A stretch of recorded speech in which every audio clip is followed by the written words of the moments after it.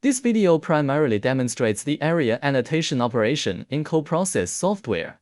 Area annotation allows you to annotate the area of a closed D region using three methods: picking internal points, selecting boundary lines, or drawing boundary lines. Picking internal points operation. Click vector greater than annotation greater than area annotation to activate the feature.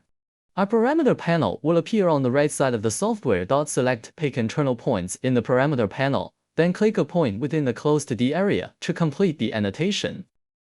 Select Boundary Line operation. Click Vector greater than Annotate greater than Area annotation to activate the function. A parameter panel will appear on the right side of the software. Select Boundary Line in the parameter panel. Click the vector lines forming the closed area to be annotated in the viewport, then press Enter or right-click to confirm, completing the annotation. Draw Boundary Line operation. Click Vector greater than Annotate greater than Area annotation to activate Area annotation. A parameter panel appears on the right side of the software. In the parameter panel, select Draw Boundary Line. In the view, draw a closed D vector. After drawing 3 points, right-click to confirm, press Enter, double-click to finish drawing and complete the area annotation.